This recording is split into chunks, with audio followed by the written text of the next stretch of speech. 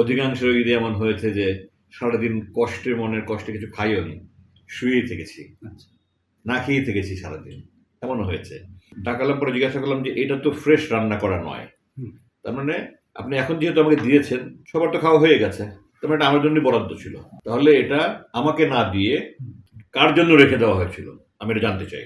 তবে আমি জানতাম যে তারা আমাকে বড় মামা ডাকে। বড় মামা। হ্যাঁ, আমাকে বড় মামা ডাকতো।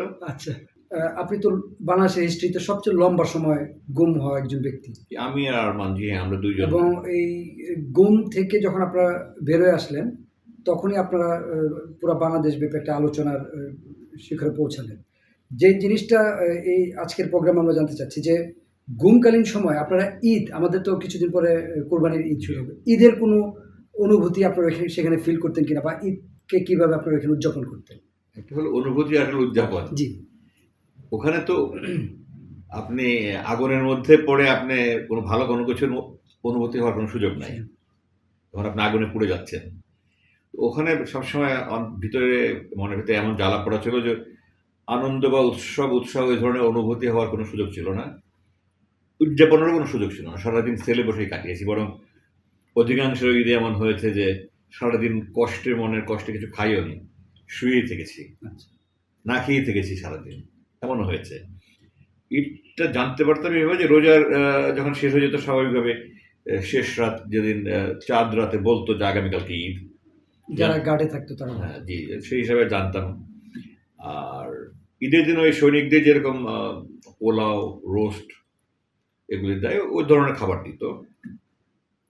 আর কোরবানির ঈদে তারা বলতো, আমি তো রোজার ঈদ হওয়ার পরে আমি 2 মাস 10 দিন হিসাব করতাম। আচ্ছা। তো আরাফার দিনে একটু বেশি ইবাদত বন্দি করবো এই নিয়তে আমি জানতে চাইতাম, কিন্তু তারা বলতো না। আচ্ছা। তো শেষ পর্যন্ত ঈদের আগের রাত্রে বলতো যে হ্যাঁ কালকে কোরবানির ঈদ। তো ঈদের দিন দুপুরে তারা এই পোলাও টোলা দিত।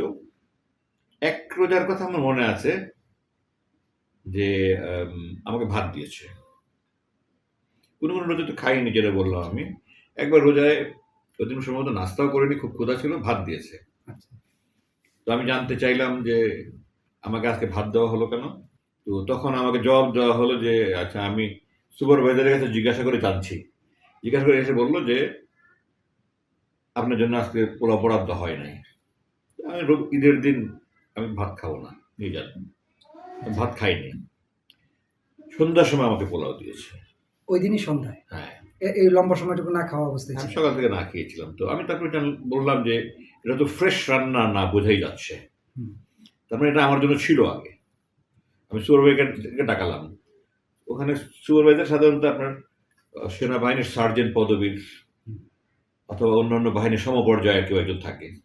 ডাকালাম, পরে জিজ্ঞাসা করলাম যে এটা তো ফ্রেশ রান্না করা নয়, তার মানে আপনি এখন যেহেতু আমাকে দিয়েছেন সবার তো খাওয়া হয়ে গেছে, তার মানে এটা আমার জন্য বরাদ্দ ছিল, তাহলে এটা আমাকে না দিয়ে কার জন্য রেখে দেওয়া হয়েছিল আমি এটা জানতে চাই।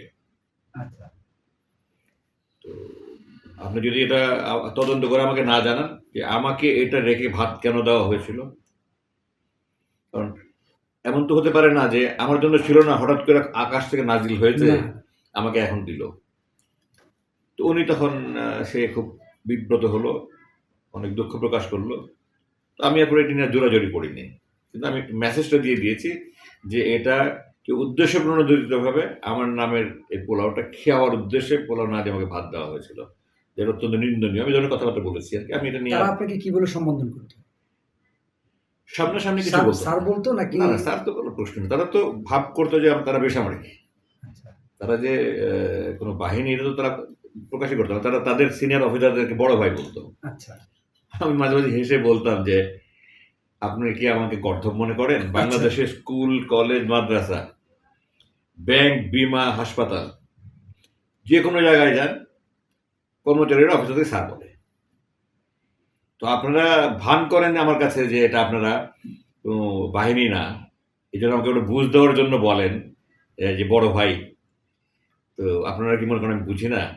এভাবে আমি তাদেরকে বলতাম যে আপনার মতো সৈনিক তো, আমি যখন নতুন কমিশন হয়েছে আপনার মতো সৈনিক তো আমার পিছু পিছু ঘুরেছে, আপনার মতো সৈনিক তো হাজার হাজার চড়িয়ে খেয়ে এসছে, আমি কি এগুলো বুঝি না? তারা তো আমাকে জবাব দিত না। আমাকে তারা সামনাসামনি কোনো কিছু সম্বোধন করতো না, তবে আমি জানতাম যে তারা আমাকে বড় মামা ডাকে। বড় মামা। হ্যাঁ, আমাকে বড় মামা ডাকতো। আচ্ছা। আর এটার পিছনে কোনো কারণ আছে কিনা? একটা কিছু ডাকতে হবে, তারা হয়তো বলে দিচ্ছেন। তারা সিনিয়রদের সাথে যখন কথাবার্তা বলে সরাসরি নাম নিলে অন্যরা সরে যেতে পারে। এটা একটা কারণ হতে পারে আচ্ছা। যে বলে দেওয়া হলো যে আমি যেহেতু ওখানে সবার সিনিয়র ছিল, আমাকে বড় মামা ডাকতো। আর শুনেছি ছোট মামা একজনকে ডাকতো। এটা হয়তোবা কর্নেল হাসিম হতে পারে, হয়তোবা আমি জানি না ঠিক। অথবা মাইকেল চাকমা হতে পারে। মাইকেল চাকমা ওখানে ছিল। মাইকেল চাকমার সাথে কি আপনার কখনো না, না, না, আমি ওখানে কোনো বন্ধুর সাথে ওখানে দেখা করার কোনো সুযোগই নাই। টোটালি সেপারেট যার যার মতো? আমি জানতামই না, মাইকেল চাকমার নামটাও শুনিনি কোনোদিন। আচ্ছা। আমি বের হওয়ার পরে শুনেছি যে মাইকেল চাকমা নামে একজন ৫ বছর ছিল এবং তারপরে সে ওই ডিজিএফআই ছিল এবং ওখান থেকে সে মুক্তি পেয়েছে এই ফ্যাসিবাদের পতনের পরে।